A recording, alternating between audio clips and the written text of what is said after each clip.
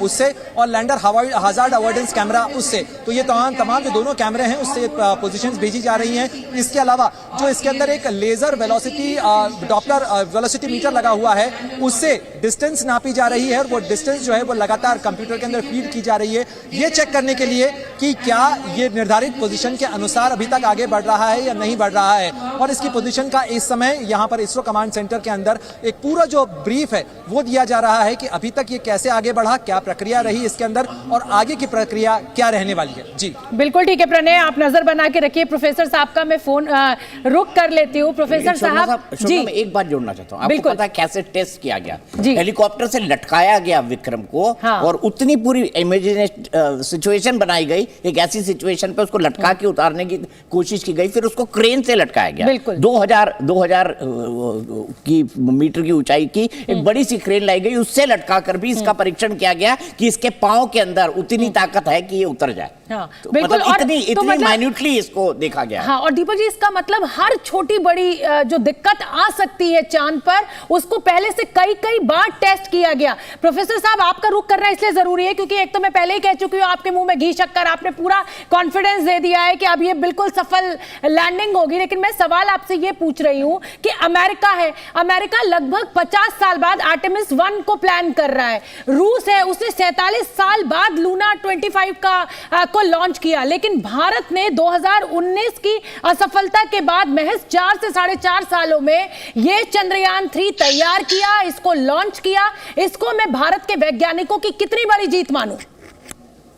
इसको भारतीय जो हमारा वैज्ञानिक का जो एक मस्तिष्क है उसकी तारीफ आपको करना पड़ेगी, क्योंकि इसके पहले भी हम सिद्ध कर चुके हैं। परमाणु बम फोड़ने के पहले क्या हमको किसी ने मदद की थी? हमारे पास क्या कोई अनुभव था? आगे जब पूरी तरह से हमको रोक दिया गया था तो हमने अपनी नई तकनीक डेवलप करके, और हमारे मिसाइल मैन ने परमाणु विस्फोट किया कि नहीं किया? तो देखिएगा, जहां अब सब आशाएं रुक जाती हैं तब भारतीय विज्ञान आगे बढ़ता है और नया रास्ता निकाल लेता है। इस चंद्रयान 2 के अंदर जितनी भी पॉसिबिलिटीज थी उसके असफल होने की, उन सबका, जैसा दीपक जी ने बताया कि अब उसके ऊपर ले जाकर हमने उसके जो लॉन्चिंग पैड हैं उनको अच्छी तरह से जांच करके देख लिया, उनकी ड्योडी स्ट्रेंथ कर दी, शॉकअप अच्छे लगा दिए। न केवल इतना, उसको हाई टेम्परेचर पर रख कर देख लिया कि उसका इलेक्ट्रॉनिक्स गड़बड़ तो नहीं होता है, उसको वाइब्रेट करा कर भी देख लिया कोई गड़बड़ तो नहीं है, कोई कनेक्शन तो लूज नहीं है। न केवल इतना,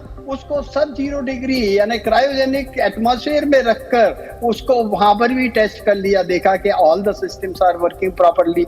जब सभी सिस्टम अच्छी तरह से काम कर रहे हैं, सभी परिस्थितियां जो हो सकती हैं विपरीत, उनके अंदर ये परीक्षा पास कर चुका है, तो असफल होने का कोई कारण ही नहीं है। निश्चित रूप जो लूना 25 था उसके अपने कारण हैं, वो कारण क्या हो सकते हैं वहां के वैज्ञानिक बताएंगे। लेकिन फिलहाल ये अवश्य है कि अगर 1 सेकंड के लाखवें से में भी हमारा कोई सिस्टम फेल हो जाता है तो वो उसकी डीओरिएंटेशन कर देगा। लेकिन हमारे को इस बात का पूरा यकीन है, विश्वास है हमारे वैज्ञानिकों। मैं आपको रोक रही हूँ प्रोफेसर साहब, दीपक प्रणय का रुख कर लेते हैं। प्रणय कोई अपडेट हमें दे रहे हैं? प्रणय। बिल्कुल शोभना, इसरो ने आधिकारिक रूप से इस बात की घोषणा कर दी है कि जो पहला फेज होगा वो करीब 11 मिनट का होगा। इसका वेग जो है वो 1680 मीटर प्रति सेकंड से घटाकर 350 मीटर प्रति सेकंड तक किया जाएगा, यानी करीब 30 किलोमीटर की ऊंचाई पर जब चंद्रमा की सतह से होगा तो इसको घटाकर करीब 7.4 किलोमीटर की ऊंचाई तक लाया जाएगा। ये पहला फेज होगा जो इनिशिएट होने जा रहा है, और जो कमांड इसके अंदर लोड किए गए हैं वो इसी पैरामीटर के अनुसार किए गए, यानी अगले 11 मिनट तक रफ ब्रेकिंग फेज चलेगा। 7:44 पर जब इसे इनिशिएट किया जाएगा तो अगले 11 मिनट तक जो पहला फेज होगा वो रफ ब्रेकिंग फेज होगा, जिसके अंदर इसकी ऊंचाई को घटाया जाएगा 30 किलोमीटर से लाकर 7.4 किलोमीटर तक इसे नीचे लाया जाना है। जी बिल्कुल, इसका मतलब ये जो पहला नहीं आप जब ये पहला फेज शुरू होगा और जब विक्रम लैंडर कम्युनिकेट करता रहेगा, हमारे पास जो कमांड सेंटर है वहां पर जानकारी आती रहेगी, तो विक्रम लैंडर तो अपने आप उतरेगा, उससे अपने आप उतरना है। लेकिन कनेक्शन बना रहा, इसका मतलब प्रक्रिया सफलतापूर्वक शुरू हो चुकी है। प्रणय, ये माना जाएगा और 99.9999% उतरने की गारंटी है। बिल्कुल। देखिए इसका टू वे कम्युनिकेशन कहा जा रहा है। एक तो चंद्रयान 2 का जो ऑर्बिटर है उसके साथ ये चंद्रयान 3 कम्युनिकेटेड है, जिस तरीके से आपने भी बताया, ये उसके कम्युनिकेशन के थ्रू जो इस्ट्रैक है वहां कम्युनिकेट कर रहा है। इसके अलावा इसके अंदर स्पेशल ट्रांसमीटर्स लगे हुए हैं, उनके जरिए भी इसके जो पैरामीटर्स हैं वो यहां पर ट्रैक किए जा रहे हैं। जो पहला फेज भले ही ऑटोमेटेड हो, लेकिन इसके अंदर जिस पैरामीटर के आधार के ऊपर जो इसका रास्ता तय किया गया था उसे मॉनिटर किया जा रहा है। और जब मैं बार बार आपका जिक्र करना चाहूंगा कि वो जो स्क्रीन आप देख रहे हैं ना, जिसके ऊपर ये जो 6 मॉनिटर्स लगे हुए हैं, इन मॉनिटर्स के अंदर से जो तीसरा मॉनिटर है, उस तीसरे मॉनिटर के ऊपर एक ग्राफ बना हुआ है। यही वो ग्राफ है जो कि एक चार्टेड टेरिटरी है, यही वो रास्ता तय किया गया है जिसमें इसको चलना है। अब ये देखना होगा कि ये अपने चले हुए तय किए हुए रास्ते से कितना डेविएट होता है, नहीं होता है। उम्मीद तो यही की जानी चाहिए, तैयारियां इसी अनुसार हैं कि ये जरा सा भी डेविएट ना हो। और ये अपने आप में भारत की एक बहुत बड़ी उपलब्धि होगी दीपक जी, क्योंकि ये 3,84,000 किलोमीटर पे अगर आप किसी को इतने प्रिसीजन के साथ उतार सकें, यानी आपने जैसा सोचा था उसी जगह पर प्रिसाइज उन कोऑर्डिनेट्स के साथ में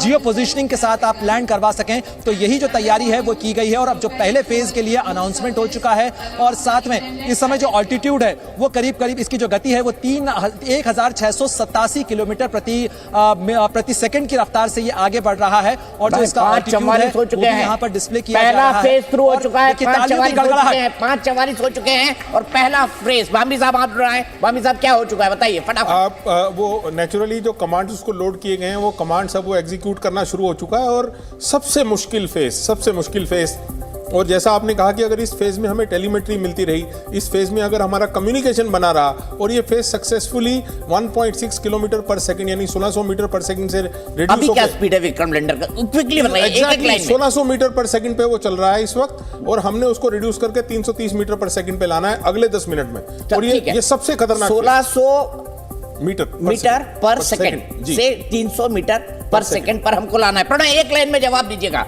लैंडिंग का पहला फेज 6:04 होने में 5:44 हो रही है, तो कितने मिनट बाकी? 20 मिनट 20 मिनट बाकी। तो 20 मिनट का फेज शुरू हो चुका है, सबसे क्रूशियल टाइम। एक लाइन में जवाब दीजिएगा इसका। इस 20 मिनट के दौरान ये इतिहास रच दिया जाएगा।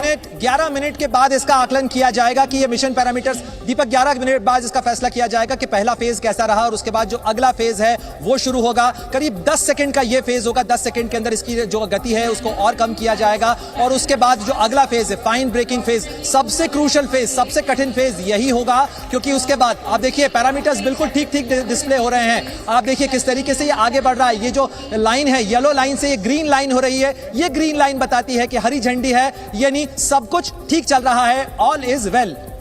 ठीक है, ये दिखाई दे रहा है, बड़ी खबर है, बहुत बड़ी खबर।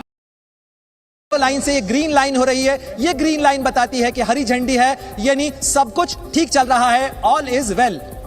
ठीक है, ये दिखाई दे रहा है, बड़ी खबर है, बहुत बड़ी खबर। बिल्कुल ऑल इज वेल कहना ही प्रणय बड़ी राहत है। और ये 11 मिनट का फेज है। सचिन जी हमारे साथ स्टूडियो में लगातार बने हुए हैं। सचिन जी, ये 11 मिनट के बाद 10 सेकंड का दूसरा फेज, 4 फेज में ये लैंडिंग पूरी होनी है। इस 11 मिनट में और क्या क्या हो?